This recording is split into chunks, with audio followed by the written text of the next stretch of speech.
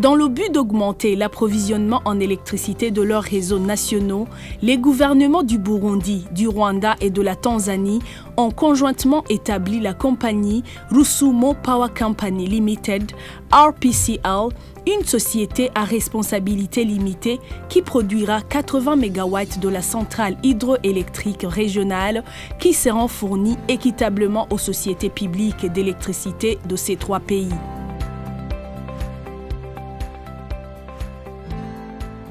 L'unité de coordination du NELSAP, le programme d'action subsidiaire des lacs équatoriaux du Nil de l'initiative du bassin du Nil, a été autorisée et déléguée par les trois gouvernements pour développer le projet de construction d'une centrale hydroélectrique régionale de 80 MW aux chutes de Rusumo de la rivière Kagera, à la frontière entre le Rwanda et la Tanzanie, avec le financement de la Banque mondiale. La construction de la centrale est actuellement en phase finale, à peu près à 98% d'exécution. C'est un projet pour l'aménagement d'une centrale hydroélectrique de 80 MW qui est développée par trois pays, le Burundi, le Rwanda et la Tanzanie. Et sur financement de la Banque mondiale en ce qui concerne la partie centrale et barrages et postes de départ. Et pour les postes et lignes dans les pays, c'est financé par la Banque africaine de développement. 3 lignes de transmission de 220 kV se connecteront au réseau électrique national de chaque pays, à Bugesera au Rwanda pour 109 km avec des postes de transformation basés à Birembo et Kigali Bugesera, ainsi qu'à Nyakanazi en Tanzanie pour 98 km et 161 km avec des postes de transformation basés à Muyinga et Gitega à Dzege, avec les financements de la Banque africaine de développement.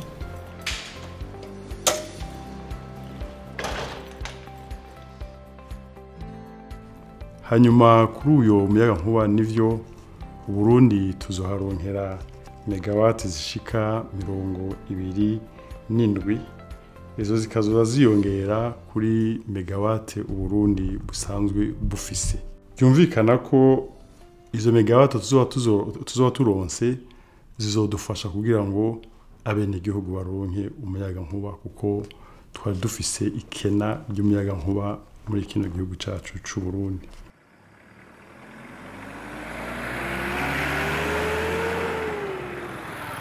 Dans le souci d'améliorer le développement socio-économique des localités proches du projet Rusumo, les pays membres ont investi dans le programme de développement local, l'ADEP, d'un montant de 15 millions de dollars, soit 5 millions de dollars pour chaque État membre avec les fonds du projet Rusumo, en construisant des infrastructures sociales qui bénéficient les communautés riveraines de la rivière Kagera, notamment les communautés des communes de Giterani et Busoni dans les provinces de Muyinga et Kirundo au Burundi, dans le district d'Ongara en Tanzanie, dans les districts de Kirehe et Ngoma au Rwanda.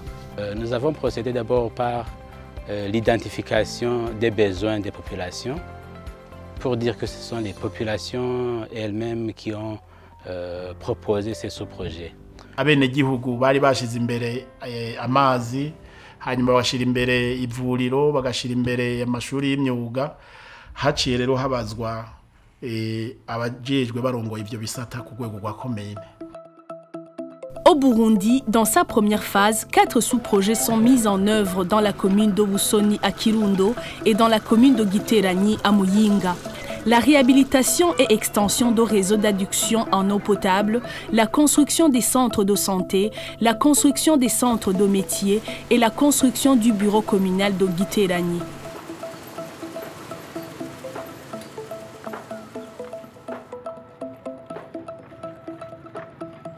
La réhabilitation et extension de réseaux d'adduction en eau potable de 30 km à Giterani et de 39 km à Busoni permettent à la population d'avoir accès à l'eau potable.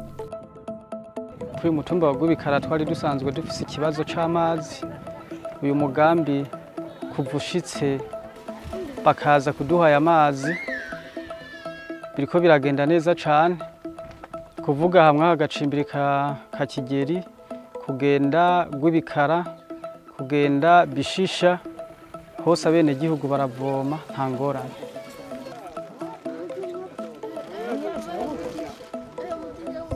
Mu by'ukuri abene gihugu bari bakeneye amazi ku rugero rudasanzwe ntanze akarorero kuri aya makomine abiri twariko turavuga ko komine ya Giteranyi ntiyarenza abari bafise amazi ntibarenga 20% na Busoni naho nyene ibiharuro byababa ivyo ico nico gisigura icatumye uburyo bwinshi bushigwa muri ico gisata nuko ico gisata arico cari kibabaye gusumba ibindi. Bari basanzwe bavoma amazi ku Cyohoha abandi bakaja kuvoma ku Gweru kure gose bagiye nka 12 zo mu gitondo bashika muhira nka saa 5 saa 6 bagende urugendo rurerure cyane gose. Ibido ibilitiro 200 z'amazi mabi avomye mu Gweru cyanye mu kiyaga Cyohoha yagugwa amafaranga 500. Abene gihugu benshi baba hariya hejuru ku musozi nabo kugira ngo bashikire imyonga yo hasi mu masoko byasaba ko bagenda ibirometero hamwe bitatu mbere murore hoho bategezwa kumanukana ujya muhanda bita mu Nkomane bakagenda ibirometero 5 gusunika rero ikinga udafise ikinga ntivyoroha udafise ikinga bategezwa kwikorera ibido y'ilitiro 200 umutwe ukayirengutsa n'abagore wasanga bahohotewe kubera bagiye kuvoma bagateba umugabo akabashwanira. Ibyo byose twarabibona nko muri zone Gisenyi hari Bishisha ibyari bibazo bikomeye. Icyo gihe abana batagiye kuvoma ku Gweru yashika agatwagwa canka agatwagwa n'imvubu cyo n'ingona ko nubwo runini cyane kandi barimo ibikoko bijyana cyane. Icyo gihe abana benshi baratwawe abandi baribwa n'ivyo bikoko biri mu ruzi. Ubu byaroshe cyane ko icyo gihe twaruha cyane agagenda kuzuba cyangwa mu mvura ukuvuga ko ibikorwa byose rero dukoresha amazi turayamesuza turayoga reka twavomesha n'ibiterwa nyene imihe igihe cyiza umuntu ajyateye mugubu kabisa yana ntangwane nimwe nta mashaka kuruha kabisa ndukura amazi nafi cyane y'amago yacu. À Busoni, nous avons 2 réseaux d'alimentation en eau potable. Le premier réseau d'alimentation, c'est celui-ci, à côté du lac Cyohoha, où nous avons 2 captages. L'eau est conduite dans le réservoir qui est ici en bas. L'eau de ce réservoir est pompée par énergie solaire jusqu'à un réservoir qui est à la montagne, juste à côté de la route goudronnée. Et l'eau est distribuée par gravité au niveau de la population jusqu'à la frontière Gasenyi-Nemba.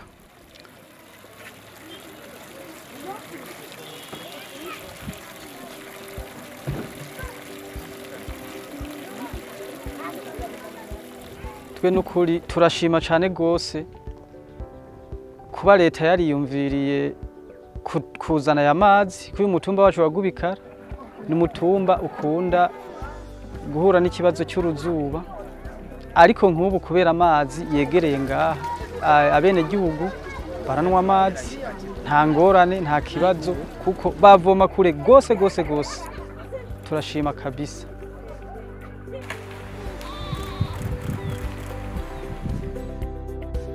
Deux centres de santé ont été construits et équipés à Busoni et à Giteranyi pour faciliter la population à avoir accès facile et direct aux soins de santé.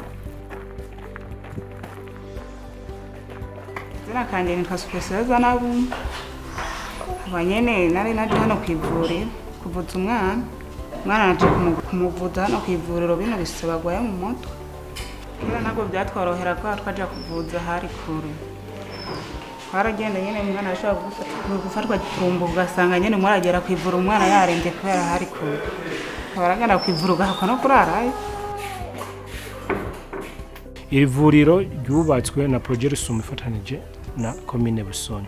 Kwakira ama service nka yose, turafise consultation créative enfant et adulte, turafise vaccination, turafise service ya nutrition aho tugira este hamwe na mama, tukaba dufise na maternité, CPN, EPF, n'ama service yose dukora. Turafise na hébergement aho umuntu ashobora kumara iminsi 2 imbere yuko tubona ko byananiranye kugira tumurunge ko bitaro bikuru.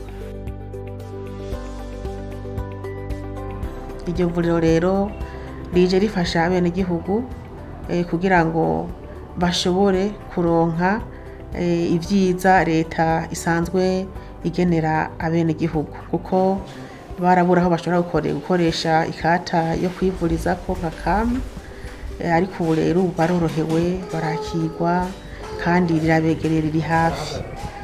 Nyene biratworohera kubera ko urabona ivuriro nyene ryaje hagufi nyene mwana kugwara nyene ucusimbira kwa muganga, urashobora no gutaha mu rugo ugakora indi mirimo kubera bivanye nyene kunyene wanyarutse kwa muganga nyene mu gatondo gataha kuvura ugataha.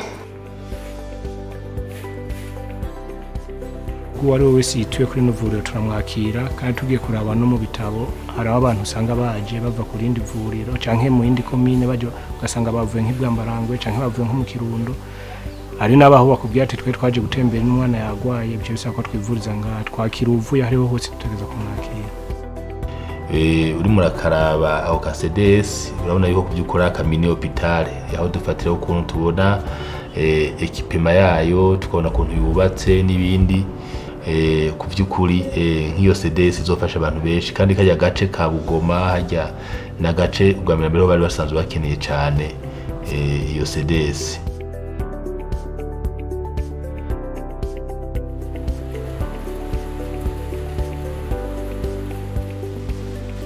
Plusieurs jeunes sont formés et encadrés à travers des centres d'enseignement des métiers construits et équipés par le projet. Ici, le centre d'enseignement des métiers yitwa Semuruzo, kaba ifise amafiliyeri 4 kutire, tiaya, plomberi na sudire. Yose abiri ariko arakora gushika ubu. Hanyuma mwaya ariko arakora abiri dufisemwo abanyeshure 74. Muri kutire dufise 52, muri tiya dufise 22.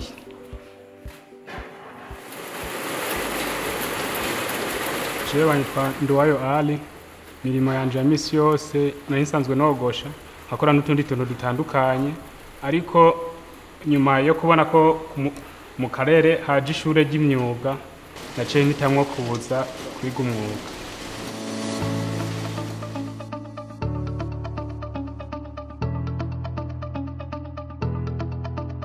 Jewe naje hano kubera nahejeje imanite ncamboro ubushobozi bwo kugira mbandanye university bahaje amashuri y'imyuga numva ndayanezererewe ncandaje kugira ngo ndebe ko muri bike nozo kwishoboza kwitunga n'umuryango wanje nzorondera mu minsi iri imbere.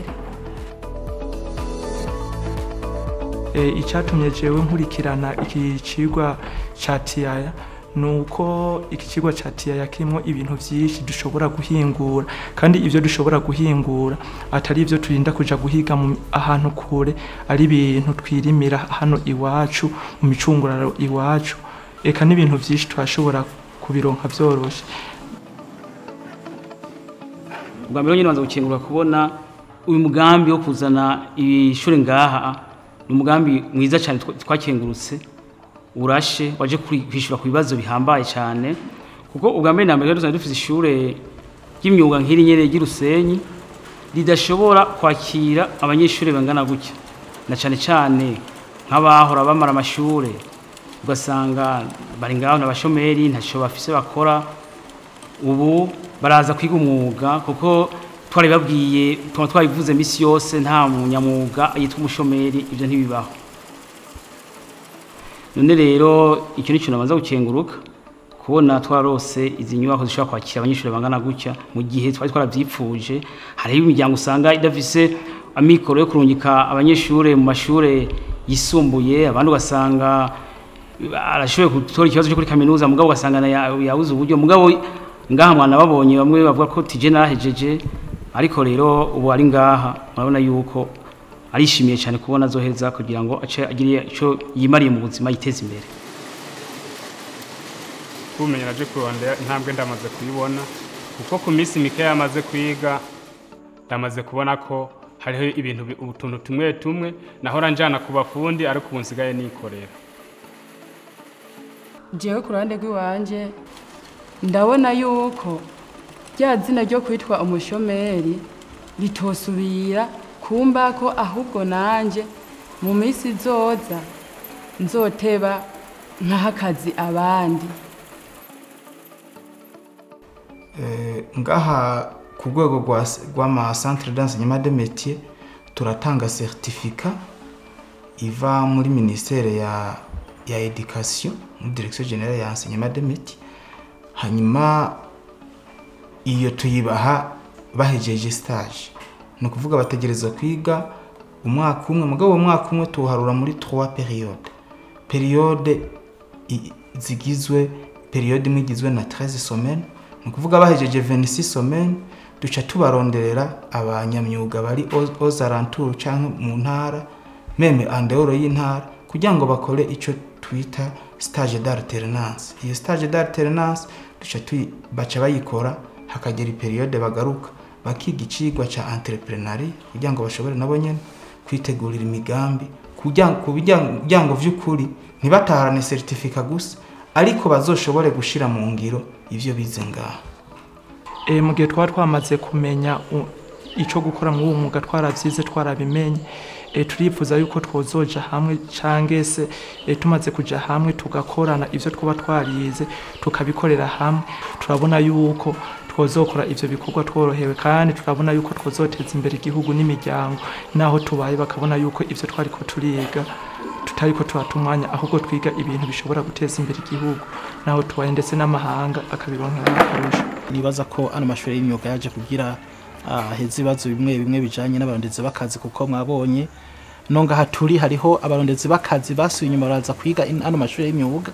Byumvikana ko nk'umuntu azi gushona afise icara hani muhira cagenda akacakora kandi akacabaho atangwa no byanije n'ubundi w'umurondezi w'akazi yategereje kugenda hari akarondera akazi. No musi rero mwene gihugu aheje amashuri so kuvuga ko acaza gukora akazi ka leta, ahubwo amenya kwitunga nk'uko mwabibonye ngaha. Nibaza rero ko ano mashuri y'imyuga azoza kugabanya kino kibazo c'abarondezi b'akazi hirya no hino.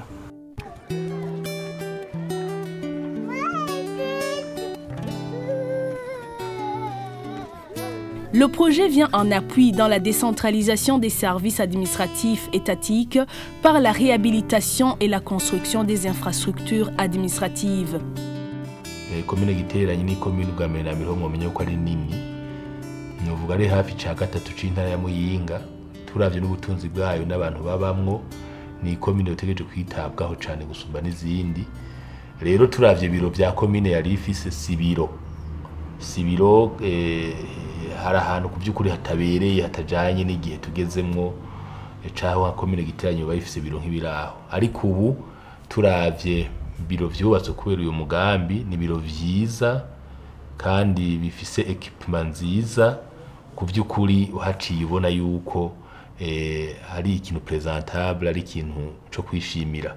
Avec la décentralisation, kwegereza ubutegetsi abene gihugu, commune uko bijya biro biri ntibigishoboye guha umwene gihugu service zose akeneye. Hariho na archivage nayo ni kibazo. Twabonye ko biro yo kwagurwa mbere bakubaka nshasha kugira ngo service zose abene gihugu baza gutora zitandukanye, zimwe hariya zije ibegishe unique, hama gucyo dushobore gufasha umwene gihugu kuronka ryankenerwa vyibanze abagana ku ikomine. Certes, le chemin a été long, mais la majorité des sous-projets du programme de développement local sont maintenant fonctionnels et desservent les communautés visées. La deuxième phase de ce dernier est également en préparation et appuiera le secteur d'éducation dans la construction de classes d'écoles primaires et secondaires, construction de centres de santé dans Busoni et Giterani, ainsi que la construction du bureau communal de Busoni. Turashima rero muri rusangi umugambi uko wagenze, tugashima kandi ku mikoranire y'abafatanyabikorwa ukuntu twafatanije ibikorwa. Bene igihugu bamwe basaba kwiba ivya mbere vyagenze neza, nimutwongere hona ivuriro gushitsa ubugezeyo, nibaza ko baca bakuvyinira kuko ikibazo cyarakemutse mwa kariya karere. Nuri turize rero turabona yuko batwongeye phase ya kabiri twaciye twumva n'ubundi turyohewe cyane, turashima cyane. En plus de la production de l'électricité, le projet Rusumo permettra également l'accroissement économique de chaque pays membre à travers le développement local des communes proches du projet Rusumo. Murazi ko umuyagankuba ari ikintu gifasha cyane mu iterambere ry'ibihugu.